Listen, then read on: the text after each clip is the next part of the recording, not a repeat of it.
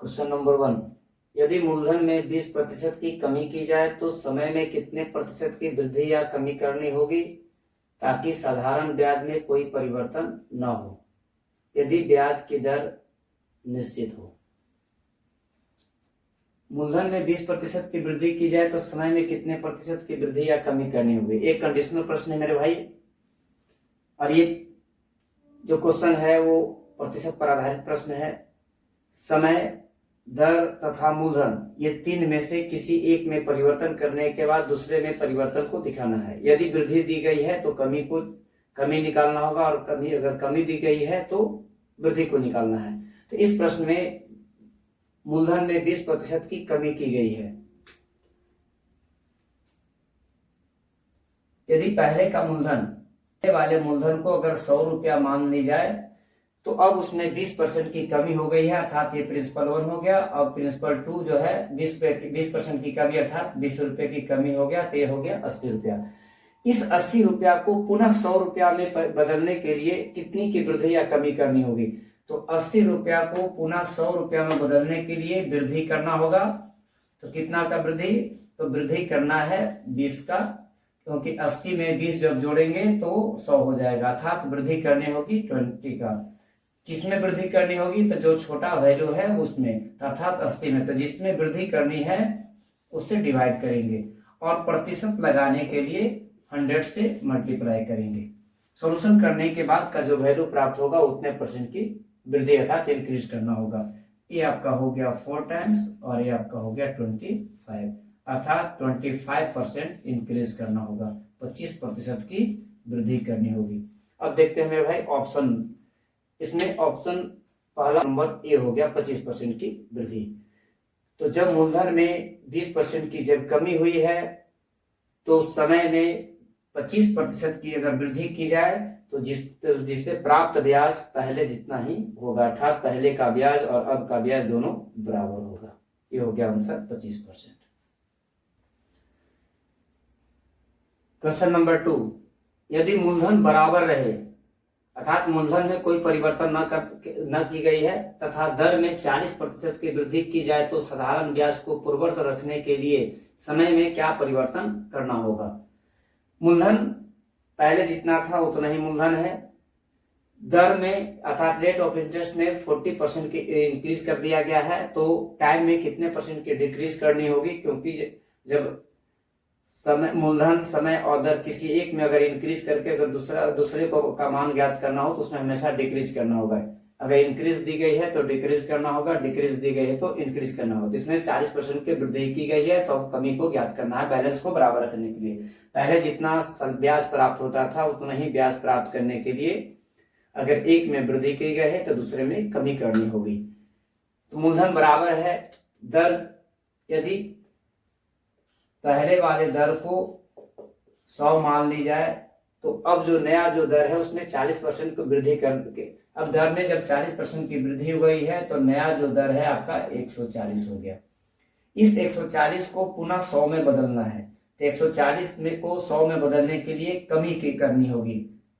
तो अगर कमी करनी है तो कितनी की कमी करनी है, तो 140 में यदि 40 की कमी कर दी जाए तो 100 के बराबर हो जाएगा, अर्थात पहले के बराबर हो जाएगा। तो कमी करनी है 40 का।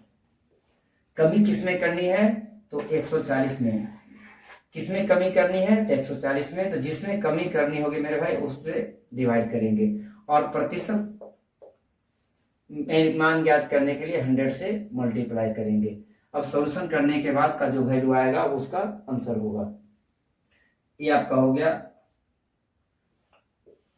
22 जा 27 जा, अर्थात 200/7% डिक्रीज करना होगा। तो 200/7% की कमी करनी होगी, जिससे प्राप्त ब्याज पहले जैसा ही होगा था, पहले का ब्याज और अब का ब्याज दोनों बराबर होगा। तो अब देखते हैं ऑप्शन, इसका आंसर हो गया मेरे भाई ऑप्शन नंबर डी, 200/7% की कमी।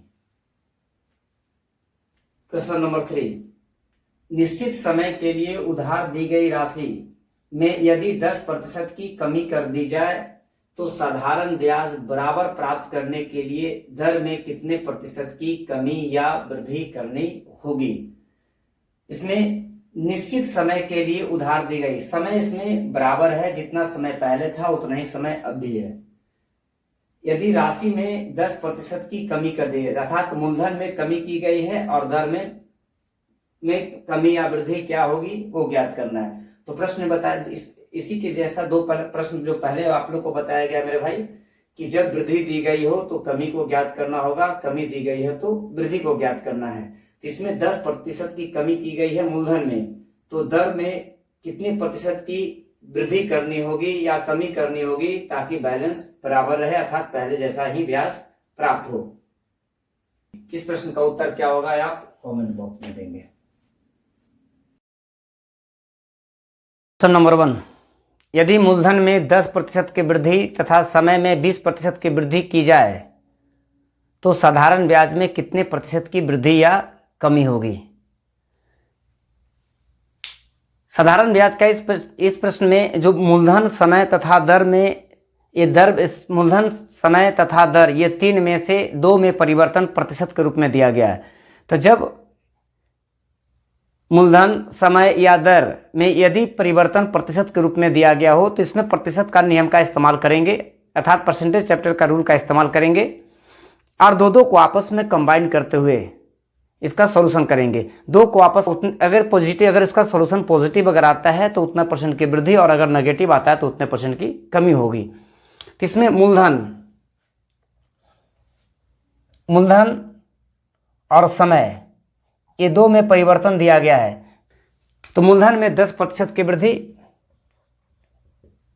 और समय में 20% की वृद्धि की गई है। ये भी आपका वृद्धि का है और ये भी आपका वृद्धि। जब वृद्धि है तो उसे प्लस से इंडिकेट करेंगे और अगर कमी है तो उसे माइनस से इंडिकेट करेंगे। तो यहाँ पर मूलधन में भी 10% की वृद्धि और समय में 20% की वृद्धि की गई है, तो दोनों को आपस में कंबाइन करेंगे। तो दोनों वैल्यू को सबसे पहले लिखा जाएगा, अगर वृद्धि है तो प्लस सिंबल के साथ और अगर कमी है तो माइनस सिंबल के साथ। तो दोनों यहाँ पर वृद्धि दी गई है इसलिए दोनों को प्लस सिंबल के साथ इंडिकेट करेंगे। अगर दोनों का फिर दोनों संख्या को आपस में सिंबल के आधार पर मल्टीप्लाई करेंगे। यदि दोनों का सिंबल अगर एक जैसा हो तो प्लस लिखेंगे और अगर डिफरेंट हो तो माइनस लिखा जाता है, या फिर इसे नियम के आधार पर अगर देखा जाए तो प्लस प्लस प्लस और दोनों संख्या को आपस में मल्टीप्लाई करेंगे। वैल्यू दी गई है प्रतिशत में इसलिए 100 से डिवाइड करेंगे। ये 2 0 कैंसिल हो गया। अब यहाँ पर आपस में जोड़ेंगे तो 20 और 10 30, 2 एकम 2, 30 और 2 32, तो वैल्यू आया 32। जो भी परिवर्तन दिया गया था प्रतिशत में तो हम लोग भी यहाँ पर लगा देंगे प्रतिशत, तो 32%। अब इसका सोल्यूशन करने के बाद पॉजिटिव आया। यदि सोल्यूशन करने के बाद पॉजिटिव आता है तो उतने परसेंट की वृद्धि और अगर नेगेटिव आता है तो उतने परसेंट की कमी होगी। यहाँ पर पॉजिटिव आया तो पॉजिटिव का मतलब हो गया वृद्धि। इसका मतलब हो गया कि नया वाला जो ब्याज है पहले वाले ब्याज से 32% ज़्यादा होगी, अर्थात ब्याज में 32% इंक्रीज करेगा, अर्थात 32% की वृद्धि होगी। अब इसमें देखा जाए तो ऑप्शन, इस प्रश्न का उत्तर हो गया ऑप्शन नंबर ए, 32% की वृद्धि। क्वेश्चन नंबर 2, यदि समय में 30% की वृद्धि तथा दर में 10% की कमी की जाए तो साधारण ब्याज में क्या परिवर्तन होगा यदि मूलधन पूर्ववत हो। मूलधन में कोई परिवर्तन नहीं, मूलधन पहले जैसा है। समय में 30% की वृद्धि और दर में 10% की कमी की गई है। तो जब परिवर्तन प्रतिशत के रूप में अगर एक से अधिक हो तो आपस में कंबाइन करते हुए इसका मान ज्ञात करेंगे और जो फाइनल जो वैल्यू आएगा उतने, अगर पॉजिटिव आया तो उतने परसेंट की वृद्धि और अगर नेगेटिव आता है तो उतने परसेंट की कमी, वही आपका आंसर होगा। तो इसमें समय और दर ये 2 में परिवर्तन किया गया है और मूलधन पूर्ववर्त अर्थात मूलधन पहले की तरह मूलधन में कोई परिवर्तन नहीं किया गया है। तो समय में परिवर्तन है आपका 30% इंक्रीज किया गया है, तो 30% की वृद्धि का मतलब प्लस, और दर में 10% की कमी की गई है तो यहाँ पर हो गया 10% लेस। तो समय और दर दोनों में परिवर्तन क्या, यदि परिवर्तन प्रतिशत के रूप में किया गया हो तो उसे आपस में कंबाइन करेंगे। जब तो पहले सबसे पहले दोनों वैल्यू को लिखा जाएगा। वृद्धि है जिसके पहले वृद्धि, जिसमें वृद्धि हुई है उसमें उसके पहले प्लस सिंबल, जिसमें कमी है उसके पहले माइनस सिंबल देंगे। दोनों सिंबल को आपस में दोनों संख्या को आपस में सिंबल के साथ मल्टीप्लाई करेंगे। माइनस हो गया 30 गुना 10 बटा, क्योंकि प्रतिशत लगा है इसलिए 100 से डिवाइड करेंगे। ये आपका 2 जीरो कैंसिल हो गया। 30 में यदि 10 चला गया तो बच गया 20, और 20 में 3 एकम 3 चला गया, तो 20 में अगर 3 चला गया तो बच गया आपका 17%। वैल्यू जो दिया गया था, परिवर्तन जो दिया गया था वो आपका प्रतिशत में था, इसलिए प्रतिशत में आ गया। सॉल्यूशन यदि पॉजिटिव आ जाए तो इसका पॉजिटिव का मतलब होता है वृद्धि, और यदि नेगेटिव आता है तो इसका मतलब होता है कमी। तो यहाँ पर सॉल्यूशन करने के बाद पॉजिटिव आया, इसका मतलब हो गया कि नया वाला जो ब्याज है वो पहले वाले ब्याज से 17% अधिक होगी। इसका आंसर हो गया 17% की वृद्धि। अब देखा जाए ऑप्शन, तो ऑप्शन नंबर इसका डी हो गया 17% वृद्धि। क्वेश्चन नंबर 3, यदि समय, दर तथा राशि तीनों में 20% की वृद्धि की जाए तो सरल ब्याज पर क्या प्रभाव पड़ेगा। इस प्रश्न में समय, दर और मूलधन तीनों में परिवर्तन किया गया है। जब प्रतिशत में अगर इंक्रीज या डिक्रीज अगर एक से अधिक टाइम्स अगर किया गया हो तो आपस में कंबाइन करेंगे। दो संख्या को आपस में कंबाइन करते हुए जो फाइनल वैल्यू प्राप्त होगा वही आपका आंसर होगा। तो समय में भी 20% की वृद्धि की गई है, दर में भी 20% की वृद्धि की गई है, और मूलधन में भी 20% की वृद्धि की गई है। अर्थात जब एक से अधिक परिवर्तन अगर दिया गया है तो दो को आपस में कंबाइन करेंगे। तो सबसे पहले ये दोनों को अगर आपस में कंबाइन करने के बाद का जो वैल्यू प्राप्त होगा उसे फिर अगले के साथ कंबाइन करेंगे, और जो फाइनल रिजल्ट जो प्राप्त होगा वही आपका आंसर होगा। तो वैल्यू जो दिया गया है यहाँ पर पहले 20, फिर सेकंड का आपका 20, दोनों को आपस में कंबाइन करेंगे सिंबल के साथ, तो प्लस, जब दोनों सेम सिंबल हो तो प्लस लिखा जाता है, दोनों को आपस में मल्टीप्लाई करेंगे और उसे 100 से डिवाइड करेंगे। ये 2 जीरो आपस में कैंसिल हो गया, बराबर हो गया 20 40 और 4 44%। अर्थात ये 44% सिंबल के साथ, अर्थात प्लस सिंबल के साथ इसे लिखेंगे। ये दोनों को आपस में, समय और दर को आपस में कंबाइन करने के बाद 44% की वृद्धि हुई।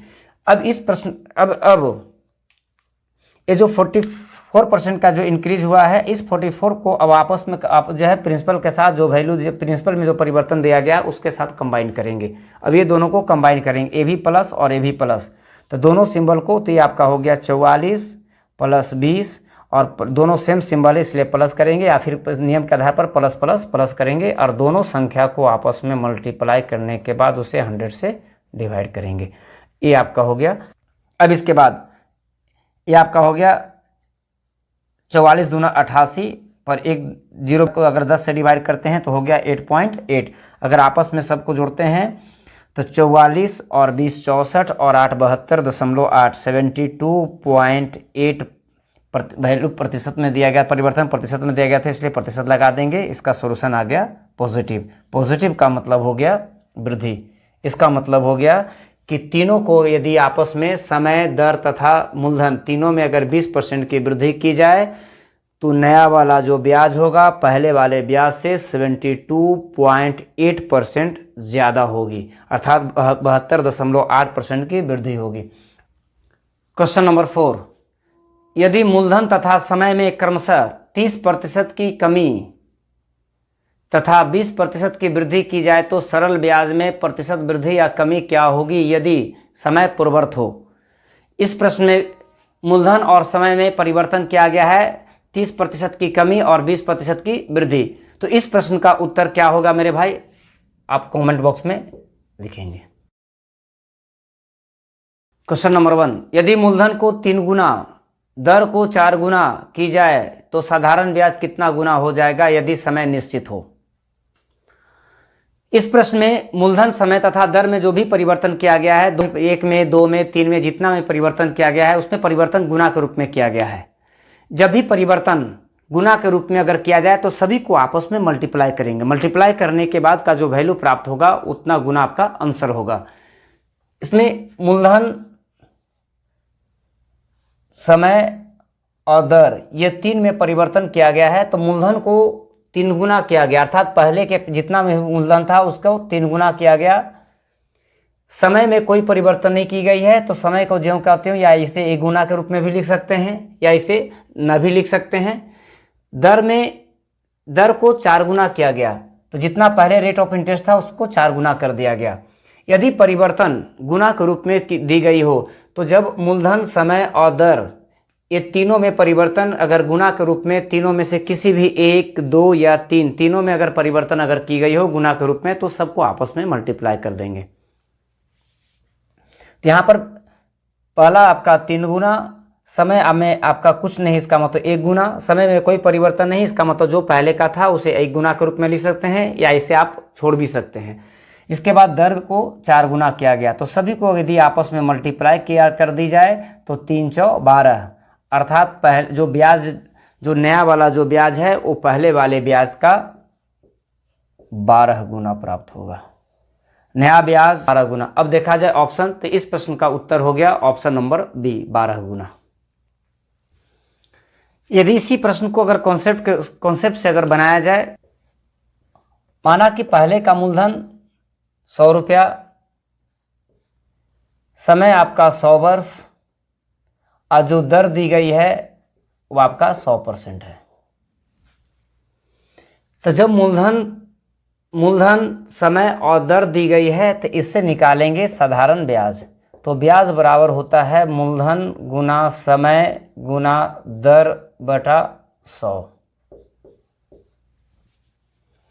ये आपका कैंसिल हो गया, बराबर ब्याज के रूप में प्राप्त हुआ 10,000 रुपया। लेकिन इसमें बोला गया है जो नया वाला जो मूलधन है वो पहले वाले मूलधन का 3 गुना है, अर्थात 300 रुपया। समय में कोई परिवर्तन नहीं की गई है तो समय आपका ज्यों का त्यों रहेगा। और यदि इसके बाद दर को 4 गुना किया गया तो रेट ऑफ इंटरेस्ट जो पहले जितना था अब उसमें 4 गुना किया गया तो 400। अब इस मूलधन, समय और दर से नया ब्याज ज्ञात करेंगे।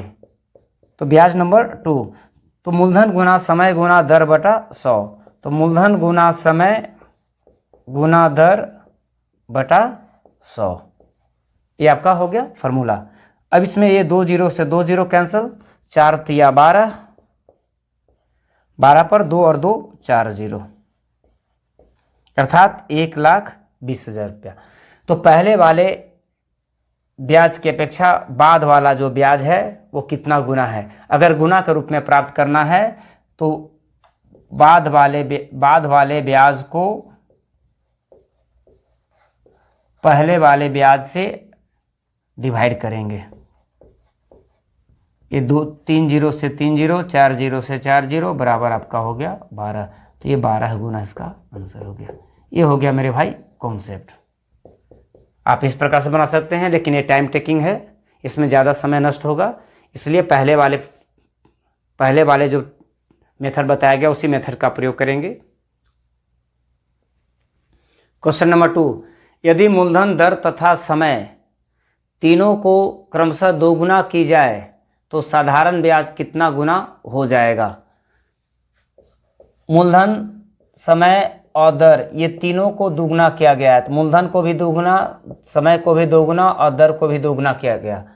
तो इसे निकालना है ब्याज कितना गुना होगा। तो जब भी यदि परिवर्तन गुना के रूप में किया गया है तो जितने भी गुना के रूप में दिया गया है सबको आपस में मल्टीप्लाई कर देंगे। तो 2 गुना 2 बराबर आपका हो गया 8 गुना। इसका मतलब हो गया कि नया वाला जो ब्याज है वो पहले वाले ब्याज का 8 गुना होगा। अब देखा जाए ऑप्शन, इस प्रश्न का उत्तर ऑप्शन नंबर सी हो गया, 8 गुना। क्वेश्चन नंबर 3, यदि दर तथा समय को क्रमशः 5 गुना तथा 2/3 गुना की जाए तो साधारण ब्याज कितना गुना होगा यदि मूलधन अपरिवर्तित हो। तो इस प्रश्न में भी परिवर्तन गुना के रूप में दिया गया है। इस प्रश्न का उत्तर मेरे भाई आप कमेंट बॉक्स में देंगे कि इसका आंसर क्या होगा।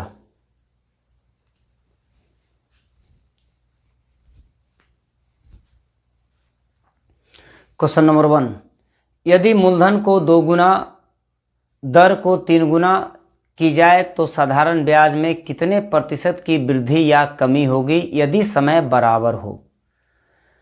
इस प्रश्न में परिवर्तन किया गया है गुना के रूप में, लेकिन आंसर जो ज्ञात करना है वो प्रतिशत के रूप में ज्ञात करना है। तो परिवर्तन यदि गुना के रूप में की गई हो तो सबसे पहले इसका आंसर गुना के रूप में निकालेंगे, उस गुना को फिर से प्रतिशत में बदलेंगे जो आपका फाइनल आंसर होगा। मूलधन को 2 गुना की गई है, दर को 3 गुना किया गया है और समय में कोई परिवर्तन नहीं किया गया है। तो समय को आप लिख भी सकते हैं या इसे 1 गुना के रूप में लिखेंगे या फिर इसे ना भी लिखेंगे। तो जब परिवर्तन गुना के रूप में दिया गया हो तो जितने भी प्रकार का गुना के रूप में अगर परिवर्तन किया गया सबको आपस में मल्टीप्लाई कर देंगे। इस प्रश्न में परिवर्तन किया गया है गुना के रूप में, लेकिन आंसर जो ज्ञात करना है वो प्रतिशत के रूप में ज्ञात करना है। तो सबसे पहले गुना के रूप में अगर परिवर्तन को सबसे पहले आंसर गुना के रूप में निकालेंगे, फिर से उसे प्रतिशत में बदल देंगे। तो सबसे पहले दिया गया है 2 गुना, फिर दिया गया है 3 गुना, समय में कोई परिवर्तन नहीं किया गया है तो इसको आप 1 गुना भी लिख सकते हैं। सभी को अगर आपस में मल्टीप्लाई कर दिया जाए तो 2 तिया 6, 6 कम 6, तो इसका मतलब ब्याज पहले की अपेक्षा 6 गुना होगा। लेकिन यहाँ पर हम लोग को आंसर गुना के रूप में नहीं ज्ञात करना है, हम लोग को ज्ञात करना है प्रतिशत के रूप में। तो सबसे पहले परिवर्तन गुना में दी गई हो तो इसका आंसर गुना के रूप में निकालेंगे, अर्थात पहले की अपेक्षा ब्याज जो है 6 गुना प्राप्त होगा। अगर इसे प्रतिशत में अगर बदलना हो तो जो भी जितना भी गुना के रूप में वैल्यू प्राप्त हुआ है उसे लिखेंगे, उसमें 1 घटा देना है और घटाने के बाद का जो वैल्यू प्राप्त होगा उससे 100 से मल्टीप्लाई करेंगे। 100 से, क्योंकि इसे प्रतिशत में बदलना है तो जो भी जितना भी गुना के रूप में हम लोग लाए हैं उसमें 1 माइनस करना है। माइनस करने के बाद का जो वैल्यू आएगा उसमें 100 से मल्टीप्लाई करेंगे। इसका सोल्यूशन करने के बाद का जो भी वैल्यू प्राप्त होगा उतना % की वृद्धि या कमी होगी। यदि इसका सॉल्यूशन पॉजिटिव आता है तो वृद्धि और नेगेटिव आता है तो कमी होगा। तो 6 में से यदि 1 जाए तो हो गया 5, वो भी प्लस में। 5 में अगर 100 से गुना करते हैं तो हो गया 500 प्रतिशत, 100 से मल्टीप्लाई किए तो आपका हो गया प्रतिशत। तो 500% प्लस का मतलब हो गया वृद्धि, तो 500% की वृद्धि हो गई। इसका मतलब हो गया नया वाला जो ब्याज है वो पहले वाले ब्याज से 500% अधिक है, अर्थात पहले वाले ब्याज में 500% की वृद्धि होगी जो नया ब्याज। क्वेश्चन नंबर 2, यदि मूलधन को 2/3 गुना, दर को 6 गुना तथा समय को 2 गुना की जाए तो साधारण ब्याज में कितने प्रतिशत की वृद्धि या कमी होगी। इस प्रश्न में भी परिवर्तन किया गया है गुना के रूप में और आंसर निकालना है प्रतिशत के रूप में। मूलधन, समय और दर तीनों में परिवर्तन किया गया है। मूलधन को 2/3 गुना अर्थात पहले वाले की अपेक्षा 2/3 गुना किया गया। समय जो दिया गया, समय में दर में परिवर्तन 6 गुना है तो दर को 6 गुना और समय में जो परिवर्तन किया गया है वो 2 गुना किया गया। तो मूलधन जो पहले के अपेक्षा जो नया वाला जो मूलधन है वो 2/3 गुना, समय को 2 गुना किया गया और दर को 6 गुना किया गया। तो जब यदि परिवर्तन गुना के रूप में दिया गया हो तो सबसे पहले इसे आपस में गुना करने के बाद परिवर्तन गुना के रूप में निकालेंगे।